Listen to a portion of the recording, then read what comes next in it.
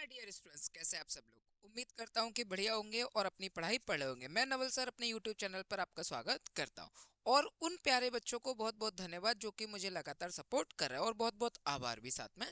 ठीक है, चलिए।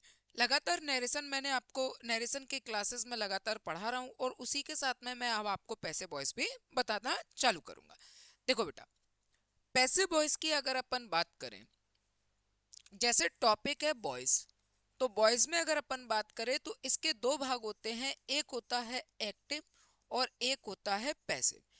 अब दोनों की अगर अपन बात करें तो दोनों को लेकर अपने पास एक दो तरीके हैं। दो हैं तो दो ही तरीके कहेंगे अपने अपने पास बेटा, दो तरीके।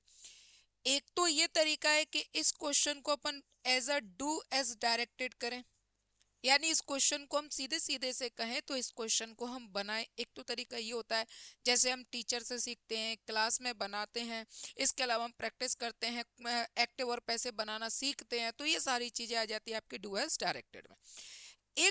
दूसरा जो तरीका है, दूसरा तरीका आता है आपके सिलेक्शन के लिए। सिलेक्शन के लिए जैसे मैंने कहा हाउ टू सॉल्व, और ये मैंने लिखा क्विकली। ठीक है, यानी क्वेश्चन को हम जल्दी से कैसे सही करें, यानी क्वेश्चन को हम जल्दी से सॉल्व कैसे करें। एक तो तरीका ये है। मैं आपको दो तरीके पे हमेशा बात करता हूँ, मेरी कोई भी वीडियो हो, रिकॉर्डेड क्लास हो, या मैं ऐप पर अपनी लाइव क्लास ले रहा हूँ, बच्चों को पढ़ा रहा हूँ, या मैं आपको यूट्यूब पे पढ़ा रहा हूँ, यूट्यूब पे वीडियो अपलोड कर रहा हूँ, इसके अलावा मैं अपनी ऑफलाइन भी क्लास ले रहा हूँ, उसमें भी मैं बार बार बच्चों को दो ही बातें बताता हूँ।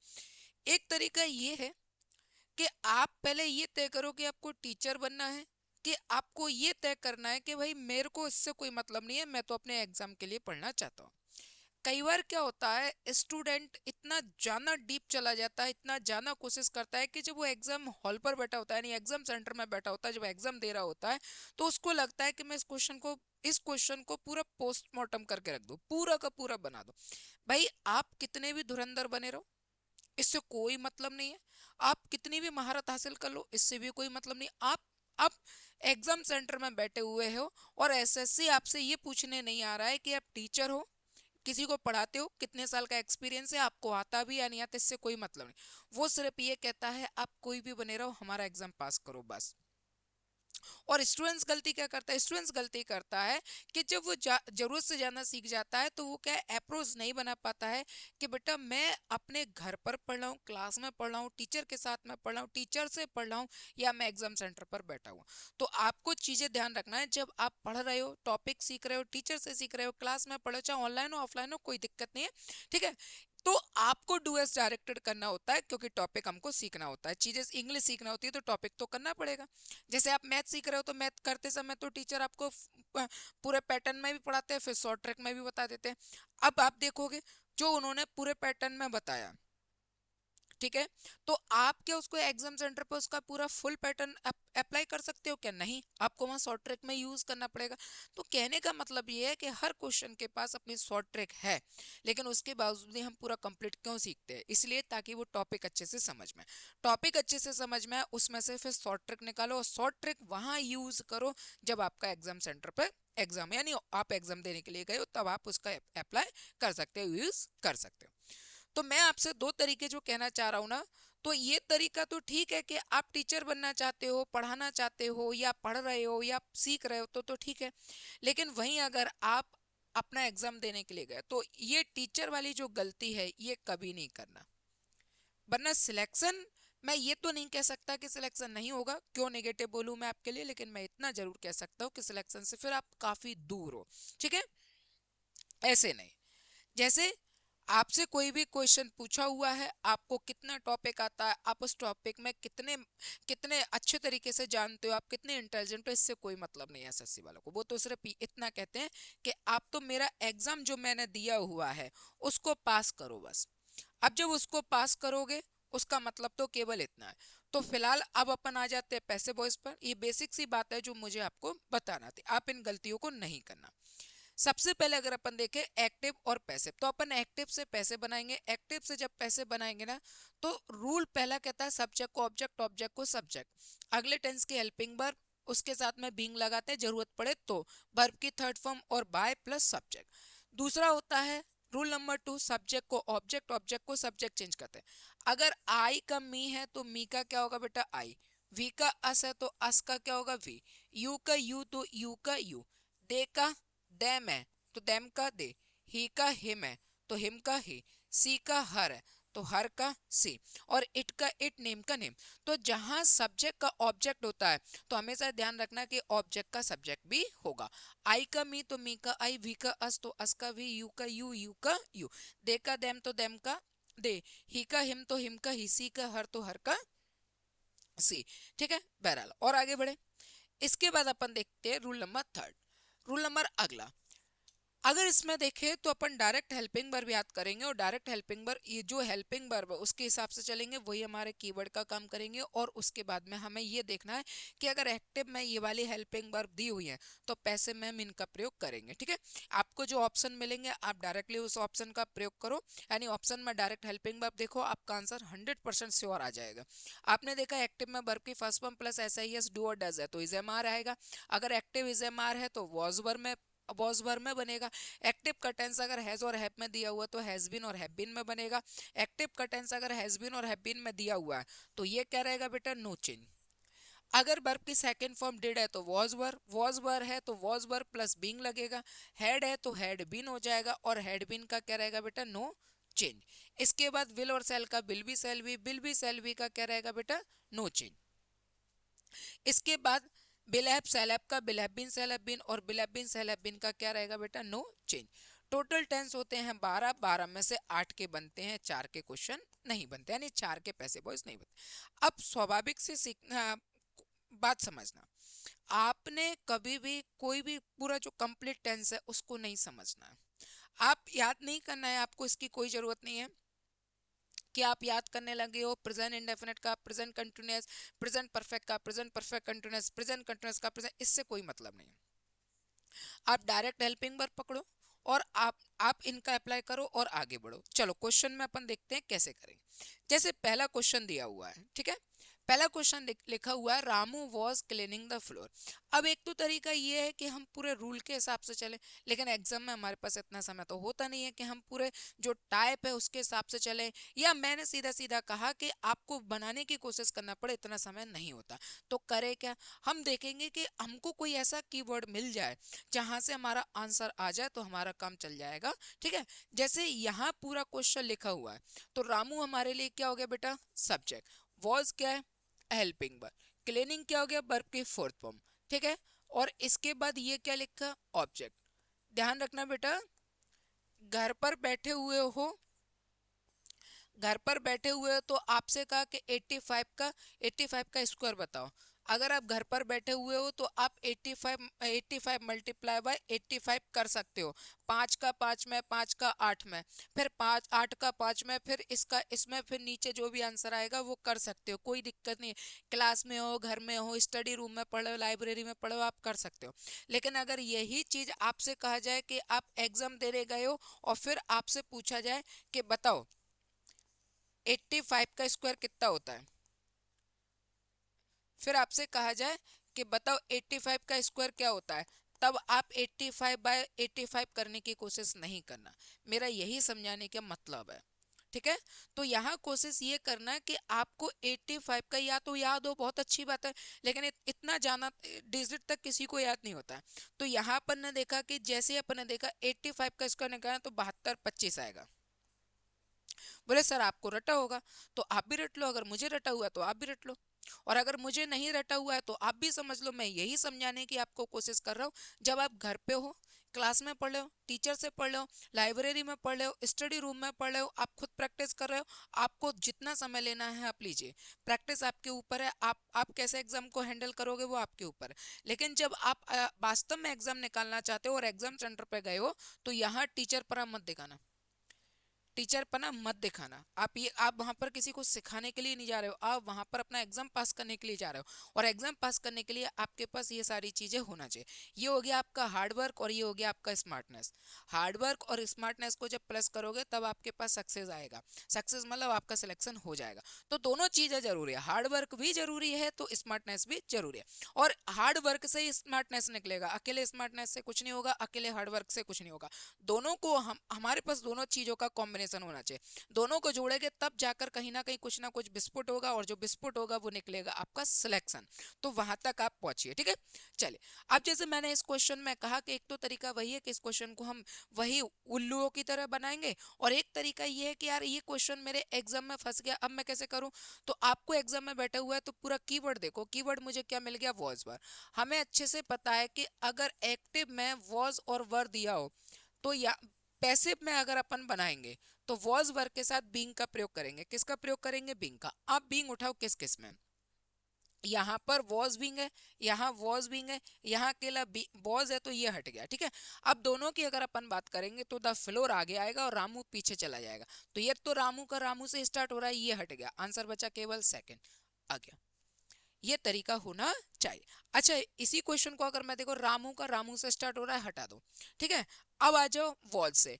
अब अपन को अच्छे से पता है कि वॉज और वर का क्या बनेगा बेटा, बीइंग। ये लिखा अपन ने, वॉज और वर का क्या बनेगा, बीइंग। तो यहां पर क्या हो जाएगा, देखो ये द है, द फ्लोर, ठीक है। तो ये तो हट ही गया था, ये बीइंग बनेगा, ये वॉज है तो ये हट गया, आंसर क्या हो जाएगा हमारा, सेकंड वाला। क्लियर। चले आगे देखें। देखें अगला क्वेश्चन, अगर अपन बात करें, केवल कीवर्ड उठाइए।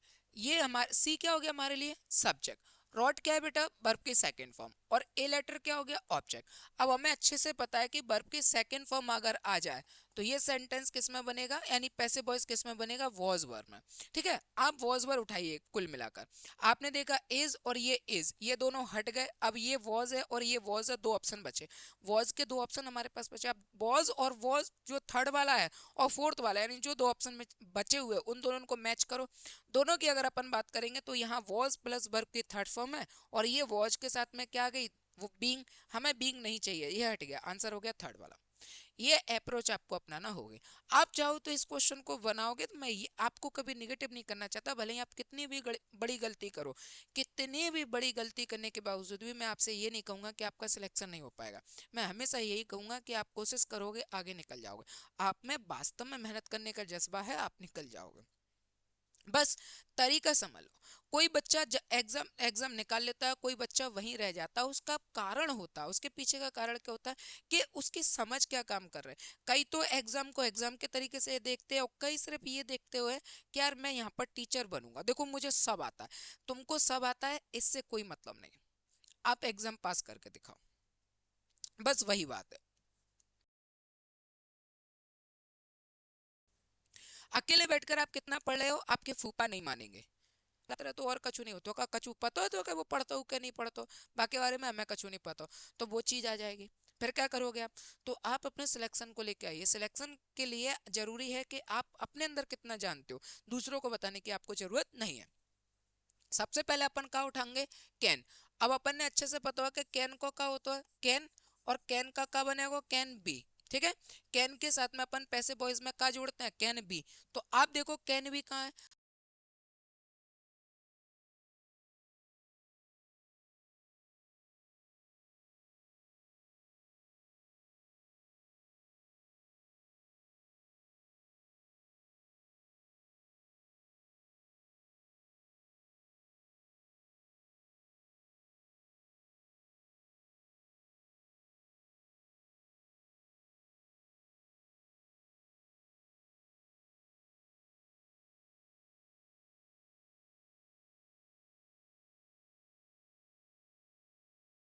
तो यहाँ पर कैन और ये बी, कैन और ये बी, कैन बी। और यहाँ पर कैन के साथ बी ना है तो ये हटेगा। अब कितने ऑप्शन बचे अपने पास, तीन। अब तीन जो ऑप्शन अपने पास बचे हैं, तो तीन ऑप्शन में अपन देखेंगे कि कौन कौन सा क्वेश्चन होगा। देखो पैसिव वॉइस में ये हो गई पहली बात। अब अपन दूसरी बात देखेंगे कि पैसिव वॉइस में वर्ब की कौन सी फॉर्म रहती है, थर्ड फॉर्म। तो यहाँ पर अपन ने देखा गिव, गिव कौन सी फॉर्म हो गई, फर्स्ट फॉर्म, तो ये हटेगा। और ये वर्ब की कौन सी फॉर्म है, थर्ड फॉर्म, और ये वर्ब की कौन सी फॉर्म है, थर्ड फॉर्म। यानी कैन भी है और जामे हूँ है, और जामे गिवन है, जामे गिवन है। अब अपन दोनों में अंतर देख लो, जैका लिखो है यू और जैका लिखो है सी। तो अपन ए बुक को इधर लेकर आएंगे, लेके आएंगे कि नहीं लेके आएंगे?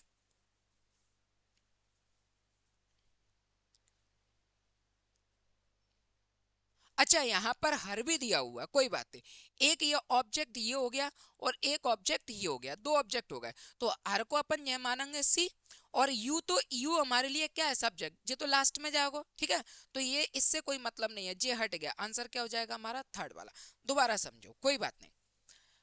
अपन ने देखो कैन, पहली बात, अपन ने देखो कैन, और कैन को क्या बनेगा, कैन और ये बी बनेगा।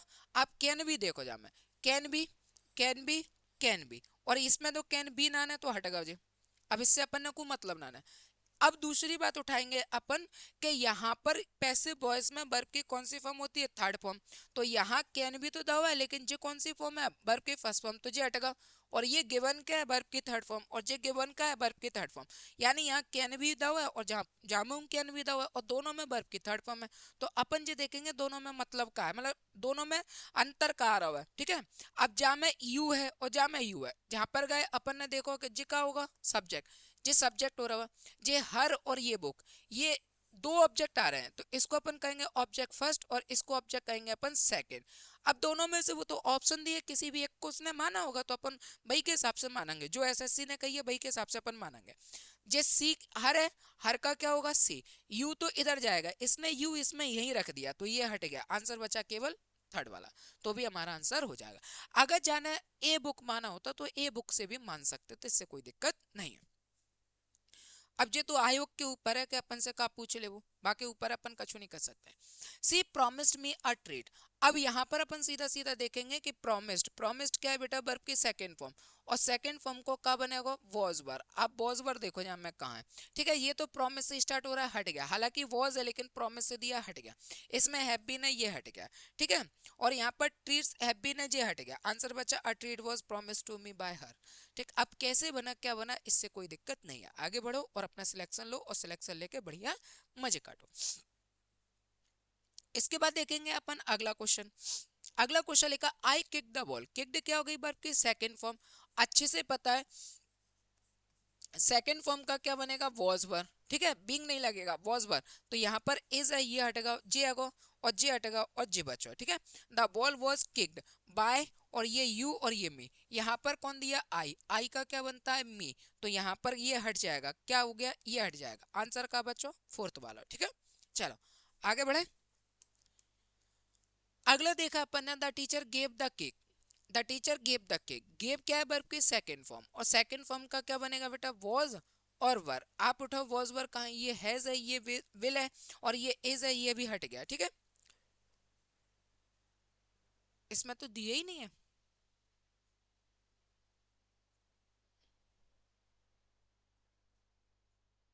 चलो कोई बात नहीं, ये क्वेश्चन ही गलत है, हटाओ। आगे बढ़ जाओ, कोई बात नहीं, टाइपिंग की मिस्टेक है, कोई दिक्कत नहीं है। टाइपिंग में मिस्टेक है, बाकी क्वेश्चन सही होगा। I was carrying the Indian flag. अब ये वॉज वर दिया ना, तो आपको अच्छे से पता है कि वॉज और वर को क्या बनेगा, बींग। तो ये लिखा अपन है वॉज वर प्लस बींग। आप उठाओ, वॉज वर बींग कहाँ है, ये इज और ये बींग, ये हट गया। ये वर और बींग है, और ये हेड और बींग है, हेड के साथ बींग नहीं आता, ये हट गया। और ये वॉज और ये बींग है। अब हमें केवल इसमें और इसमें मैच करना है कि क्या है, द इंडियन फ्लैग, यहाँ पर वॉज दिया और यहाँ पर वर दिया। इंडियन फ्लैग सब्जेक्ट क्या है, सिंगुलर। अगर ये और यहाँ पर अगर अपन हेल्पिंग वर्ब की बात करें तो ये क्या है, प्लूरल, तो ये हट गया, आंसर क्या बचा, केवल फोर्थ वाला। क्यों, द इंडियन फ्लैग जो है वो कैसा सब्जेक्ट होगा, आपको सिंगुलर। और अगर ये सिंगुलर है तो यहाँ आने वाली हेल्पिंग और मेन वर्ब भी कैसी हो गई, सिंगुलर। तो इसका मतलब यहाँ पर ये आंसर सही जा रहा है, ठीक है। सब्जेक्ट सिंगुलर तो हेल्पिंग मेन वर्ब सिंगुलर, और सब्जेक्ट प्लूरल तो हेल्पिंग और मेन वर्ब भी प्लूरल। चले आगे बढ़े। अगला क्वेश्चन अगर अपन देखें, the teacher gave the assignment to the student. ये क्या हो गया बेटा, वर्ब की सेकंड फॉर्म। अब अपन ने अच्छे से पता है कि वर्ब की सेकंड फॉर्म का क्या बनेगा, वॉज और वर। आप उठाओ, वॉज वर कहाँ है, देखो वर दिया, कोई बात नहीं, ये आर है, ये हट गया, ये हेड है, ये हट गया।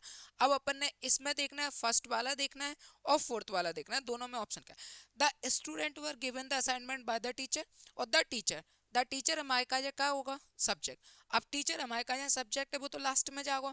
अब वो लास्ट में जाओगा, जा में देखेंगे अपन ने कहा फोर्थ वाले में देखेंगे टीचर बिन ने आगे ही रखा था, तो जी हटेगा। अब जी हटेगा तो आंसर का बचा होगा अपना पहला वाला, ठीक है। यानी कोई भी क्वेश्चन को अपन को इस तरीके से नहीं देखना है कि वहां टीचर बन के आपको क्वेश्चन बनाना पड़ जाए, टीचर बन के आपको किसी को पढ़ाना, इससे हमें कोई मतलब नहीं है। अगर वास्तव में सिलेक्शन लेना है तो, अगर वास्तव में सिलेक्शन नहीं लेना है, आपको लगता है कि हम सिर्फ इजी तौर पर केवल एग्जाम देने जा रहे हैं, माहौल बना रहे हैं, रिश्तेदारों को उतार, तो फिर आपके लिए कोई मतलब नहीं है। लेकिन सिलेक्शन अगर चाहिए तो थोड़ा सा स्मार्टनेस दिखाना पड़ेगी। अंकुर आंसर्ड, आंसर्ड क्या हो गया, वर्ब की सेकंड फॉर्म। टेंस काय में बनेगा, वॉज और वर में। अब उठा वॉज वर का, द ऑल द क्वेश्चंस इधर आ जाएगा ना, वर हैव हेड, और ये हैव और हेड तो हटा ही दो कम से कम। In the interview all the questions are, ये आर है ये भी हटा दो, तो आंसर केवल एक ही बचा। लो, यानी तीन ऑप्शन में से, चार ऑप्शन में से अगर अपन ने यहाँ पर देखा कि ये आंसर्ड वर्ब की सेकंड फॉर्म है, वर्ब की सेकंड फॉर्म काय में बनेगा, वॉज और वर में। यहाँ पर ने देखा वर है, ठीक है, यहाँ हेड बीन है, ये यहाँ पर हेड बीन है, यहाँ पर भी हेड बीन है, और यहाँ पर आर है, तो ये तीन ऑप्शन तो अपने हट ही रहे, तीन ऑप्शन तो हट ही रहे। यानी अगर आपका टॉपिक बहुत अच्छे से क्लियर है तो यकीन मान के चलना फिर आपको सिलेक्शन आपके हाथन में है, ठीक है। अगला, क्लोज द डोर। इस प्रकार के सेंटेंस जो होते हैं वो होते हैं इंपेरेटिव, और इंपेरेटिव जो सेंटेंस होते हैं ना, वो सेंटेंस बनते हैं late plus object, late plus object और इसके बाद बी ई बी और फिर वर्ब की थर्ड फॉर्म, ठीक है। तो आंसर हमारा का बनेगा लेट द डोर बी, और ये अपन ने लिखा closed, let the door be closed. आप देख लो कहाँ दिया हुआ है, पहले में ही दिया होता, आंसर हो गया पहला वाला। बाकी में यहाँ लेट है, द डोर है, क्लोज्ड वर्ब की थर्ड फॉर्म है, लेकिन बी नहीं दिया है तो ये नहीं होगा, इज नहीं चाहिए, इज बीइंग भी हमें नहीं चाहिए, तो आंसर केवल पहला ही बचा था, ठीक है। चल चलिए अब इसके लिए आपको थोड़ा सा समझा देता हूँ। बेटा लगातार आपको पढ़ाया जा रहा है, मैं ऑफलाइन भी क्लास लेता हूँ, ऑनलाइन भी क्लास स्टार्ट कर रहा हूँ धीरे धीरे करके। यानी मैं ऑफलाइन क्लास जाना लेता था, लेकिन समय को देखते हुए मैं ऑनलाइन भी क्लास ले रहा हूँ अब, और आपको और ज्यादा बच्चों को पढ़ा सकूं, और ज्यादा बच्चों से मैं जुड़ सकूं, ठीक है। तो ये सारी चीजें एक अनुभव से ही आती है, हालांकि मैं पिछले 15 सालों से ऑफलाइन पढ़ा रहा हूँ,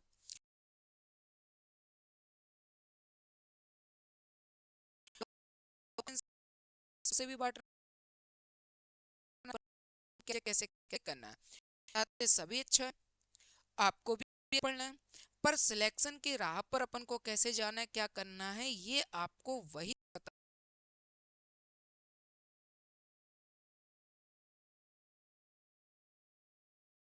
अभी एक टीचर,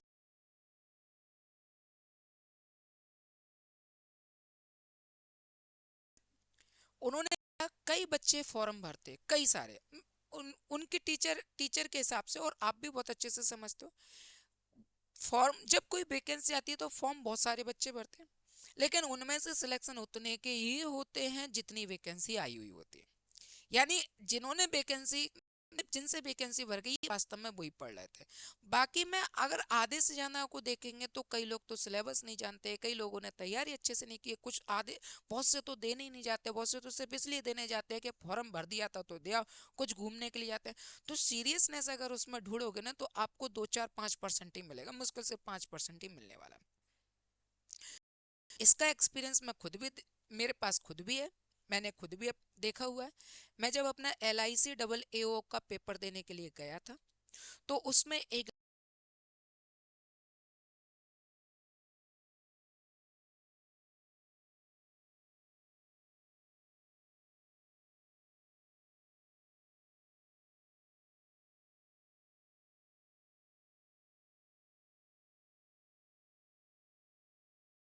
कभी ये नहीं कह रहे कि वो नेगेटिव है ये पॉजिटिव है, सब अच्छे हैं, लेकिन दिख जाता है कि हाँ भाई ये क्या है। ने मेरे से यही पूछा कि कहा भैया, अब उसको कैसे समझाएं कि LIC AA में GS आती है कि नहीं आती। समझ रहे हो बात को? जिसको अपने सिलेबस के बारे में नहीं पता, जिसको ये नहीं पता कि फॉर्म तो भर दिया था, लेकिन उसको ये नहीं पता कि पेपर में आता आता क्या है, वो भी एग्जाम देने के लिए जा रहा है। और ये मैं जिस एग्जाम को देने के लिए गया था, तो मैं एग्जाम हॉल में मेरे में ही बैठा हुआ था, क्योंकि जब हम एंट्री से निकले हुए थे तो वहां से मुझे वो मिल गया था, तो मुझे पता था कि ये मेरे ही हॉल में बैठा हुआ है। तो ऐसे ऐसे लोग भी आप एग्जाम देने के लिए जाते हैं, बहुत से देने के लिए जाते हैं।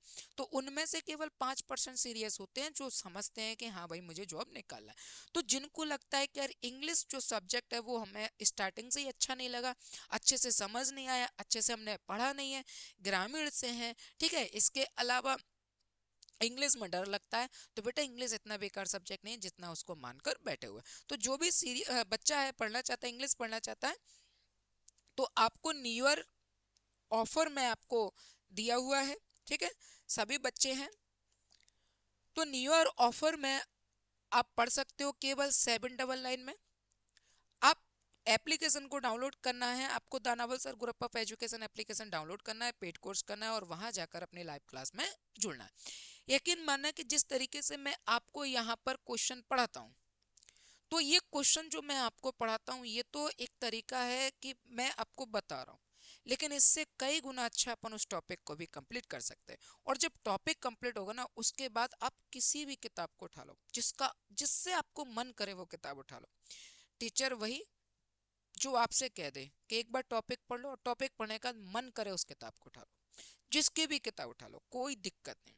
सब टीचर अच्छे हैं, सब ने बहुत अच्छा लिखा है, सब बेकार है, सब ने बहुत बेकार लिखा है। सब कोई भी किताब ले लो, आपको जो अच्छा लगे, प्रैक्टिस करो मन भर के।